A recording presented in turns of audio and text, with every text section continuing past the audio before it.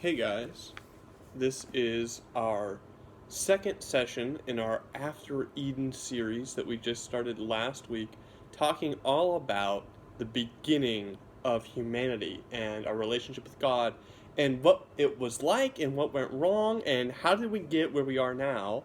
And the first few chapters of the Bible in Genesis here have a lot to say about what it means to be human and what God intended humanity to be and where we actually ended up.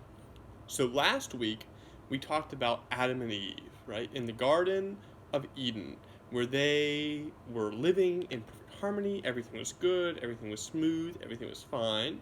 But God had one rule: don't eat from this tree, from the tree of knowledge of good and evil. And Adam and Eve reached out and picked a fruit. And we said that this represented Adam and Eve grabbing the reins to the definition of good and evil, right? And saying to God, the creator of everything, who knows what good and evil is, saying, God, you don't know. God, you don't know what good and evil is. We know what good and evil is, and we're going to define it for ourselves. And what happened after that is Adam and Eve got kicked out of the garden, and there were some consequences, and there was all sorts of stuff like man having to till the ground to get food out of it, and women having pain and childbirth. But there's a really central message, a really central piece of hope, a really central lifeline that God throws out there to Adam and Eve as they are leaving the garden. And it is this prophecy about the seed of Eve and Adam, right? This son, like this descendant, right?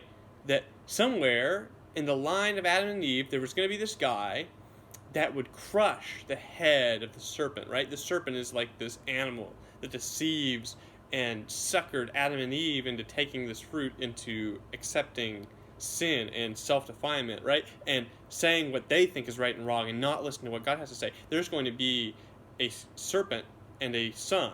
Serpent and a son, there you go, S&S, right? There's going to be a son that crushes the head of the serpent, even as this serpent wounds him by biting his heel. And we look forward and we say, oh man, that's good news, because this sin thing is starting to look kind of rough, right? As Adam and Eve start to play the blame game, pointing fingers at each other, as the world falls apart and these consequences ensue, we look back at Eden, this paradise where God was in control and everything operated within God's plan, and we say, man, why did we ever leave that? Why did we ever leave that? And we see that God has a plan to bring it back. So that was background from last week. Just remind you all what's going on. This week, we're talking about Cain and Abel, the first two people other than Adam and Eve, right? These sons of Adam and Eve, right? These first kids. And we see what life looks like after Eden. So hang on, and we're going to start reading, and we're going to start unpacking it, and I think this has a lot to say to you and me right now, right here, about what life looks like, and how we should live our lives, and what it means to live life with God, and what we're hoping for, what we're looking forward to, right? And Jesus specifically, right? The guy that we know now, they don't know this here in the story today, that we know now is the one who crushed the head of the serpent, right? The one who defeated Satan on the cross, right? And offers us new life in him. All right, let's get going. Chapter 4, Genesis chapter 4, verse 1. Now Adam lay with his wife Eve, and she became pregnant. And when she gave birth to Cain, she said, with the Lord's help I have produced a man. And later she gave birth to his brother and named him Abel. Wow, 2 in 1, not in 1. They're more twins, but Eve and Adam do what God has commanded them to fill the earth, to multiply, right? To do all this stuff. And they have two sons. And it's pretty cool, because this isn't something that has happened before. They haven't had sons before. These are the first two sons that they've ever had. And they sit down and they say, okay, I'm kind of adding here. I'm trying to think about it, right? Because this is what the Bible wants us to think about. They say, we know that God made us a promise that one of our descendants is going to crush the head of this snake, and he's going to restore the way things used to be. He's going to bring us back into contact with God, back into paradise, free us from sin. And they say, could it be one of these boys? Right? Could one of our sons be the one that's going to crush the head of the serpent and bring us back into the Garden of Eden, where we won't have to keep on doing all this hard work, and childbirth like this won't have to be painful, and there won't be all this conflict and sin? Could it be one of these kids? That's what the story wants us to ask. As we move on, we're going to look at these kids, and we're going to say, could it be one of these kids? We're going to examine it. We're going to get to know Cain and Abel through this story today, and we're going to see what human life looks like after Eden in sin. Right? So, here we go. Starting in verse 3. When they grew up, Abel, the younger, became a shepherd, while Cain cultivated the ground. He grew stuff. When it was time for the harvest, Cain presented some of his crops as a gift to the Lord. And Abel also brought a gift, the best portions of the firstborn lambs of his flock. And the Lord accepted Abel and his gift, but he did not accept Cain and his gift. And this made Cain very angry, and he looked dejected. So, something goes on here, right? And these kids are giving God these sacrifices. And the oldest, Cain, it says that he shows up with some crops from the ground. Cain's a farmer. He farms the land, and he grows plants, and he just, goes out in the field and he grabs some plants and he says, this will be good enough for God, and rolls on over and does a sacrifice, and it's like, there you go, got that done, out of the way, whatever, going on with my life, right? But Abel does something different. Abel goes and he selects the very best of the sheep that he has. The firstborn, the nicest, the fattest, the plumpest, the one that he thinks is the best, the most valuable to him. And he brings that to God to show God just how much he cares about him, right? And he wants to follow him, and he wants to honor him, and all these different things. And that's why Cain, who brought the crappy just whatever fruit to God, said, Cain, what are you doing? Cain, what are you doing? You're not bringing me this sacrifice just because. I don't want you to come here and bring me the sacrifice and tick off these boxes. I want you to come and bring this sacrifice to show me how you feel about me, and to show me that you want to follow me, that you want to respect me, that you want to love me, that you're turning away from sin, right? And you're coming to follow me. And Cain doesn't get that. Cain's just checking off a box. Cain's just throwing some fruit at God and saying, here, you happy? Where Abel is bringing the very best to God, showing him that he loves him and he wants to follow him. And he wants to know what God's plan for his life is. He wants to follow in God's will, instead of defining things for himself. Cain isn't like that. So Cain, when he sees this, he doesn't get angry because just because God doesn't accept his gift. He didn't care very much about what God thought. He gets angry because his little brother gets accepted and he doesn't. So now he's bitter because he's the one that should earn it, right? Well, let's see.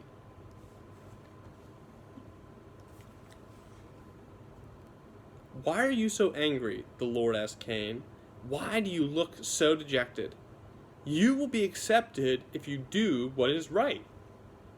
God says, Cain, if you just did what was right, and if you came and brought me something because you actually wanted me to have it, and because you cared about me, and because you wanted to follow me, and you wanted to hear what I am saying was right as your creator, as your God, nothing would have gone wrong. If you do what is right, it's all good, man. Not saying that it's easy to do what's right? It's tough now after Eden. Sin's everywhere. But God says,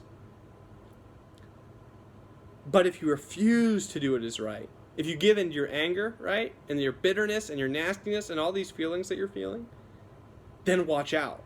Sin is crouching at your door, eager to devour you, but you must subdue it and be its master. Sin, right, is crouching at Cain's door like a wild animal, and it's seeking to eat him up so there's none of him left. But God says, listen, you have to control this, and you have to say no to it, and you have to be the master of sin. If you don't, it's going to destroy you, Cain. Cain, I'm warning you. This is bad news. This is what your mom and dad got into, but way worse, right? You cannot give in to this beast called sin. This is real dangerous, man, what you're feeling right now.